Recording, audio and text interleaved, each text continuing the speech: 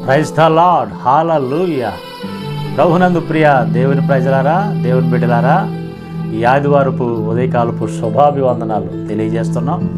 Morning lovers ద్వారా ఈ ఉదయం దేవుడిచ్చు శ్రేష్టమైన ప్రేమతో కూడిన మాట, ఆయన మనల్ని ప్రేమించి ఆయన పరిమళ వాసనగా ఉండుట కొరకు తన్ను తాను అప్పగించుకొని బలిగా అర్పణగా అర్పించుకొని ఆయన మనలను బ్రతికించి ఆయన కృపాసనం ఎద్దకు, తండ్రి సింహాసనం ఎద్దకు మనం నడిపించాలని ఇష్టపడుతున్నటువంటి దేవుడు ఈ ఉదయకాల సమయం ఆయన మనతో ఏం మాట్లాడుతున్నాడు? ఎఫెసీ రాసిన పత్రిక 5వ అధ్యాయం 1వ వచనాన్ని మనం చూసినట్లయితే, కావున మీరు ప్రియులైన పిల్లల వలె దేవుని పోలి నడుచుకొనవలెను. ప్రియులైన పిల్లల వలె, ప్రియులైన పిల్లల వలె సంఘంతో అపోస్తుడైన పౌలు మాట్లాడుతున్న మాట. ప్రియులైన పిల్లల వలె. ప్రియులైన పిల్లలు అంటే ఎవరంటే, దేవునికి ఎవరయ్యా ప్రియులు అని అంటే, పరిశుద్ధులు దేవునికి ప్రియులు. పరిశుద్ధులు ఎవరు? పరిశుద్ధులు యేసు రక్తంలో కడగబడినవాడు పరిశుద్ధుడు. ఆ పరిశుద్ధులు సంఘంలో చేర్చబడితే, ఆ సంఘంలో చేర్చబడిన ఆ సంఘంతో అపోస్తుడైన పౌలు పరిశుద్ధాత్మ సహాయంతో మాట్లాడుతున్న మాట, మీరు ప్రియులైన దేవుని పిల్లలు, యేసుక్రీస్తుని పోలి మీరు దేవుని పోలి నడుచుకొనుడి అని మనం చూస్తాం. ప్రియులైన పిల్లల వల్ల అంటే పరిశుద్ధులకు తగినట్లుగా యేసుక్రీస్తు ప్రభువుని పోలి ఆయన అనుసరించి నడుచుకోవాలి. ఈ ఆదివారం మీరు వాక్యాన్ని వింటారు కదా, వాక్యం ఏం మాట్లాడుతుంది, వాక్యం ఏం చెప్తుంది అంటే, దేవుడు ఏం మాట్లాడుతున్నాడు, దేవుడు ఏం చెప్తున్నాడు, ఎలా ఉండమంటున్నాడు, ఆ మాటలు అనుసరించాలి. అవి పోలి నడుచుకోవాలి. అంటే దేవుని పోలి నడుచుకోవాలి. వాక్యము ఎందుకయ్యా మనకి చెప్పబడుతుందంటే, దేవుని పోలి నడుచుకోవటానికి, దేవుణ్ణి అనుసరించటానికి. మన ముఖాన్ని అద్దంలో చూసుకున్నప్పుడు వెంటనే ఏదైనా మచ్చలుంటే సరి చేసుకుంటాం, తుడుచుకుంటాం. అలాగనే వాక్యం అనే అద్దంలో మనం చూసుకున్నప్పుడు దాన్ని లోపం ఏదైనా ఉంటే వెంటనే తుడిచేసుకోవాలి, శుభ్రం చేసుకోవాలి, వాక్యానికి అనుసరించి నడుచుకోవాలి. నా ప్రియ దేవుని బిడ్డలారా, ప్రియులైన పిల్లలు మనం పరిశుద్ధులు. ఒక మాట చెప్తాను చూడండి. ఒకసారి ఒక సహోదరుడు మ్యూజియంలో జాబులో జాయిన్ అయ్యాడంట. మ్యూజియంలో జాబులో జాయిన్ అయితే అక్కడ ఒక నక్క ఉన్నటువంటి స్థలంలో అతనికి డ్యూటీ వేశారంట. అక్కడ ఎందుకు వేశారనంటే, అయ్యా మా మ్యూజియానికి ఒక నక్క వచ్చింది, కానీ అది కుక్కలాగా ప్రవర్తిస్తుంది. ఒక నక్క వచ్చింది కానీ అది కుక్కలాగా ప్రవర్తిస్తుంది. దాన్ని కొంచెం సరిచేసి దాని సరైన క్రమం ఆ నక్క వలె ఉండేటట్లుగా దాన్ని సరిచేయాలి, దాన్ని చూసుకోవాలి నువ్వు అని చెప్పేశారు. సరేనని ఇతను ఆ డ్యూటీలో జాయిన్ అయ్యి దాన్ని కలుసుకోవటానికని చూడటానికని వెళ్తే, ఇతను వెళ్ళిన వెంటనే ఈ నక్క అది కుక్కలాగా తోకూపుకుంటా వచ్చిందంట. ఆశ్చర్యపోయాడు.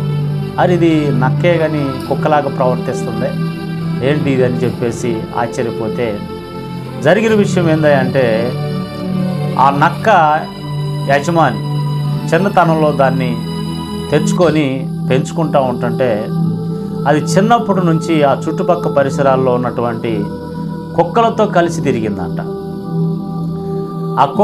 ఆ నక్క కుక్కలతో కలిసి తిరిగేసరికి దానికి కుక్కల బుద్ధి వచ్చింది, కానీ కుక్కలాగా సపరేటం, నాలుగు రోజం, తోక ఆడించటం, ఈ నక్క స్వభావం రాలేదంట.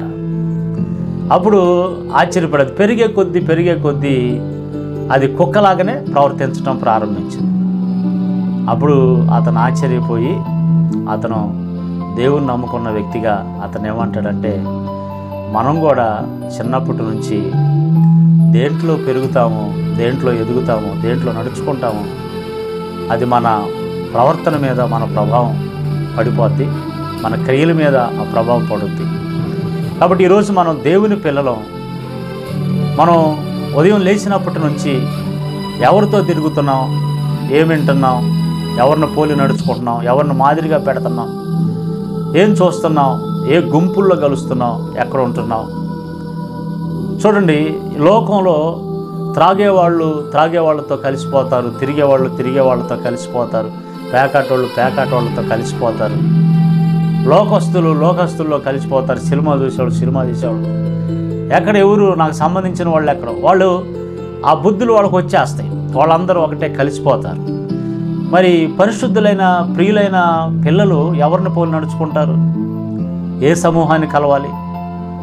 మరి మనకి ఆత్మీయ బుద్ధులు రావాలంటే మనం ఏం చేయాలి? బాప్తిసం పొందిన నాట నుంచి పేతురు ఏమన్నాడంటే, మీరు అపోస్తుల బోధ యందును, సహవాసం యందును, రొట్టె విరుచుటి యందును, ప్రార్థించుటి యందును ఎడతెగక మీరుండమని చెప్పాడు. మనం ఎప్పుడైతే రక్షించబడి పరిశుద్ధులుగా చేర్చబడ్డామో మన పరిస్థితులన్నీ మారిపోవాలి. పరిశుద్ధులతో సహవాసం చేయాలి, దేవుని బిడ్డలతో సహవాసం చేయాలి. అప్పుడు మనం దేవుని వాక్యంలో ఎదుగుతూ ఉన్నప్పుడు, వాక్యం అనే పాలు త్రాగుతూ, వాక్యం అనే ఆహారం తింటూ పరిశుద్ధుల సహవాసంలో మనం ఉన్నప్పుడు పరిశుద్ధులు బుద్ధులు వస్తాయి, మనకి పరిశుద్ధుల ప్రవర్తన వస్తుంది. పరిశుద్ధుడు యేసు ప్రభు పరిశుద్ధుడు, ఆయన కన్న బిడ్డలు కూడా పరిశుద్ధులు, ప్రియులైన పిల్లలు వీరు. వాళ్ళను పోలి మనం నడుచుకుంటాం. అవి యేసుక్రీస్తుని పోలి మనం నడుచుకుంటాం. అందుకని నా ప్రియ దేవుని పిల్లారా, ప్రియులైన పిల్లల వలె దేవుని పోలి నడుచుకోండి. సహవాసంలో మార్పు వస్తే నీ ప్రవర్తనలో మార్పు అగపడుద్ది. అర్థమైందా? ఏ గుంపులో నువ్వు కలుస్తూ ఉన్నావు, ఎక్కడ ఉంటున్నావు ఒకసారి ఆలోచన చేసుకొని ఈ రోజున దేవుని పోలి నడుచుకునే ఆ గుంపులో నువ్వు ఉన్నట్లయితే బైబిల్ గ్రంథంలో ఉంటుంది, పరిపూర్ణతలోకి వస్తావు. భక్తిలో నువ్వు పరిపూర్ణుడు. ఏ పరిపూర్ణత అంటే పెళ్లి కుమార్తె సిద్ధపాటు పరిపూర్ణత. అంటే పెళ్లి కుమార్తె బాగా సిద్ధపడితే పరిపూర్ణత, అప్పుడు వరుడైన యేసుని ఎదుర్కోవటానికి అవకాశం ఉంది. ఈ అభిషేకం నీ సంఘానికి యేసు నామంలో అనుగ్రహించబడింది. ఈ మాటలు వింటున్న నీకు ఈ అభిషేకం, ఈ ప్రవర్తన, ఈ మాదిరి నీకు అనుగ్రహించబడను గాక. ప్రార్థన చేసుకో. సర్వకృపనిధి యేసు ప్రభువా, నీ గొప్ప నామాన్ని బట్టి స్తోత్రాలు. ఈ ఉదయకాల సమయంలో ఈ మాటలు వింటున్న నీ బిడ్డలు నీ వాక్యాన్ని పోలి మేము నడుచుకునేవారుగా, ప్రియులైన పిల్లల వల్ల దేవుని పోలి నడుచుకోమన్నా. మా మాదిరి నీవే ప్రభువా. మిమ్మల్ని పోలి నడుచుకోవటానికి వాక్యపు సమూహంతో పరిశుద్ధులతో సహవాసంలో ఉండి ఆత్మీయ మేలు పొందడానికి కృపద ఇచ్చామని యేసు నామములో ప్రార్థిస్తున్నాం తండ్రి. ఆమె